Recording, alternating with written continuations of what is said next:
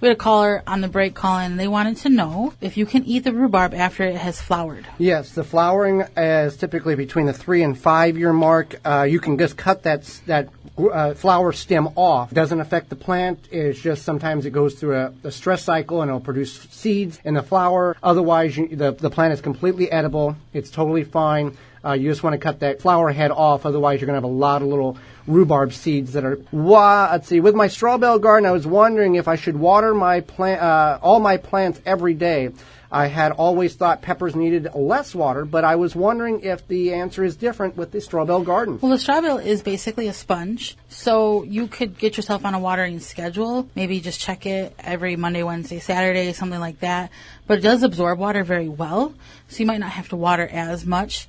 You just want to make sure you're paying attention that, especially during the warmer parts of the summer, it stays warm. You could use irrigation, too. I have a pineapple plant growing. It's been growing for 2 years now. Should I plant it in the ground in hopes that it will flower? I'm in the Milwaukee area. I would certainly not do that. I would leave it obviously you've been growing it indoors very successfully over the 2-year period. It's a tropical plant. By doing that, by moving it outside and planting it in the ground, the soil's not warm enough. You're going to put it in shock. You probably will kill it. So keep it where it's at right now and continue to grow it indoor. Is it beneficial to grow a bush in a container until it grows a few feet? Or should I just pop it in the ground even though it's less than 10 inches tall? Well, if you have a place where you can grow it and it's good soil, I would always recommend putting that plant in the ground. You do not have to water it as much. You can mulch it.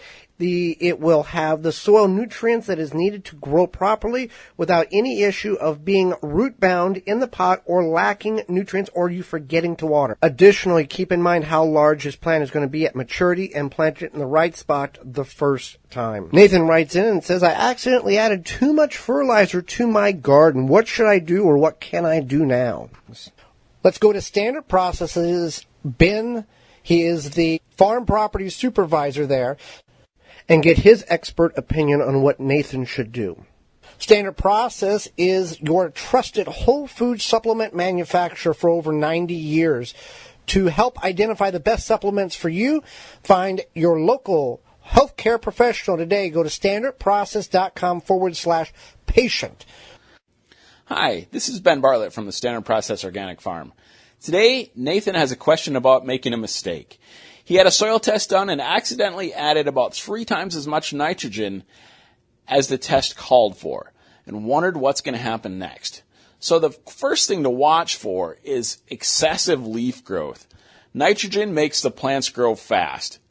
Sometimes they can grow too fast and you end up with a whole lot of leaf and no fruit at the end of the season. So watch for that. The next thing to watch for in that excess growth is disease. Sometimes when plants grow rapidly, the cell structure isn't created in a healthy way, and they can be prone to disease. So watch for that as well in those plants. There's not a great way to dilute nitrogen unless you use water on a soluble nitrogen form like urea. But if it's a insoluble or slow-release nitrogen, you'll probably be okay. Treat them normally, and you'll probably have just fine production out of those plants. For more information, please visit thewisconsinvegetablegardener.com.